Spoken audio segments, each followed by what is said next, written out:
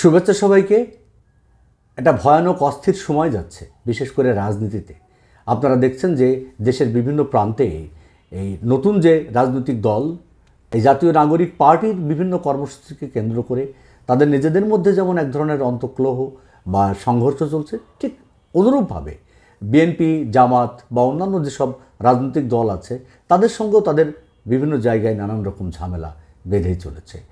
দীর্ঘদিন বাংলাদেশে 16টি বছর ধরে যে ভয়ানক স্বৈর শাসক শেখ হাসিনা আমাদের উপরে জুলুম, নির্যাতন, নিপীড়ন চালিয়ে আসছিল, সেটা থেকে মুক্তি পাওয়ার একটা উপায় আমরা কোনোভাবেই যখন খুঁজে পাচ্ছিলাম না, তখন ধূমকেতুর মতো এই ছাত্র গণ অভ্যুত্থান, যেটা এই শেখ হাসিনাকে পালাতে বাধ্য করেছে। ঠিক তারপরেই ছাত্ররাই তখন দেশের সব রকমের দায়িত্ব নেয় এবং তারাই ক্ষমতায়।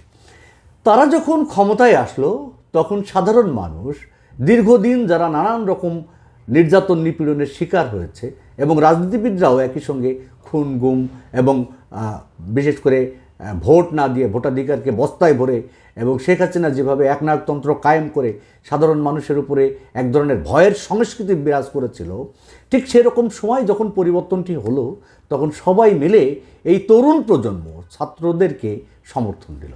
ফলশ্রুতিতে তারা সরকার গঠন করলো। তারা সরকার গঠনের পরে যেটা হলো যে সবাই এক ধরনের একটা দারুণ আশাবাদ ফিরে পেল যে দেশটি আবার ঘুরে দাঁড়াবে, যা লুটপাট করে এদেশের সমস্তটা অর্থবিত্ত এই আওয়ামী লীগের নেতাকর্মীরা সব তো বিদেশে পাচার করেছে, তারা এখানে ভয়ানক রকমের লুটপাট করে দেশটাকে ভাগাড়ে পরিণত করেছে, সেই দেশটা আবার বাসযোগ্য হবে। এরকম একটা সময় যখন আসলো, তখন শেখ হাসিনার সঙ্গে যারা দীর্ঘদিন এই লুটপাটের সাথে সম্পৃক্ত, যে ব্যবসায়ী, যে রাজনীতিবিদ, অথবা যে এই সচিবালয়ের যারা আমাদেরকে আমলা বলে থাকি বা অন্য যারা আছেন, তারা কিন্তু ভিতরে ভিতরে ঠিকই একটা দারুণ চক্র গড়ে তুললো, যেটাকে আমরা সকল ক্ষেত্রে বলে থাকি সিন্ডিকেট। সেই সিন্ডিকেট তারা যেটা করলো যে এই ছাত্রদের, এই নির্লোভ এবং সাহসী ছাত্রদেরকে কিভাবে বিপদগামী করা যায়, সেই চক্রান্ত তারা শুরু করলো।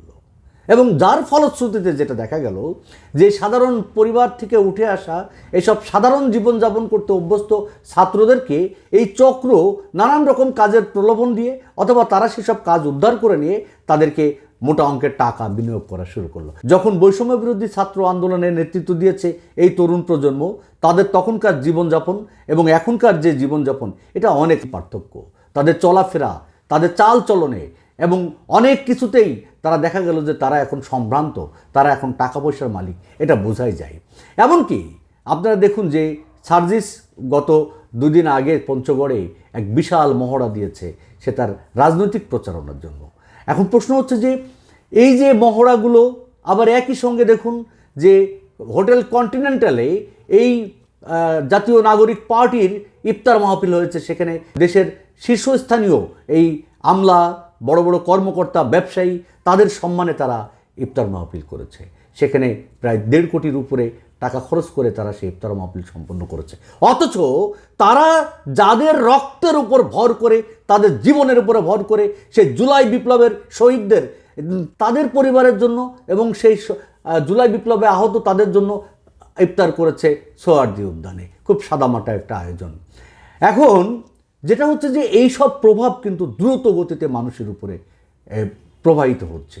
সাধারণ মানুষ এটা নিয়ে খুবই বাজে চোখে দেখছে, কিন্তু এর পিছনে কাজ যা করার, এই যে যেটা বলেছিলাম যে শেখ হাসিনার লালিত পালিত যে ভয়ানক রকমের একটা সিন্ডিকেট সে গড়ে তুলেছিল, লুটপাটের সিন্ডিকেট, তারা যে বিপুল বিত্ত বৈভব দেশে এবং দেশের বাইরে পাচার করেছে, সেগুলোকে সংরক্ষণ করার জন্য তারা কিন্তু এই তরুণ প্রজন্মকে কেনা শুরু করেছে। এক কথায় খুব স্পষ্ট যে তাদেরকে নানাভাবে টাকা পয়সা দিয়ে তাদের যখন নিয়ন্ত্রণ করতে যাচ্ছে, তখন যেটা হবে, এরা যদি সত্যি সত্যি বিক্রি হয়ে যায়, তাহলে মুকুরেই ঝরে যাবে সেই সম্ভাবনা।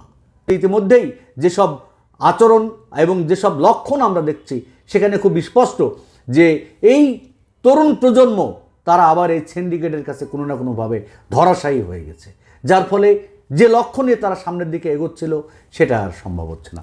দেখুন, জুলাই বিপ্লব এমনি এমনি আসেনি। আবরার বুয়েটের সর্বোচ্চ মেধাবী একটা ছেলে, তার জীবন দিতে হয়েছে।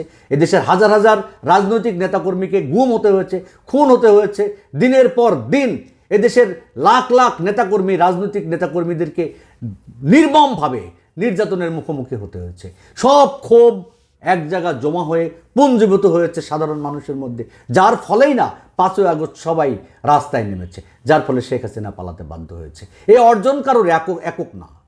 জুলাই বিপ্লবের পরে ছাত্রদের হাতে ইতিহাস লেখার কলম ছিল, তারা তাদের মতো করে তৈরি করার চেষ্টা করছে এখন পর্যন্ত।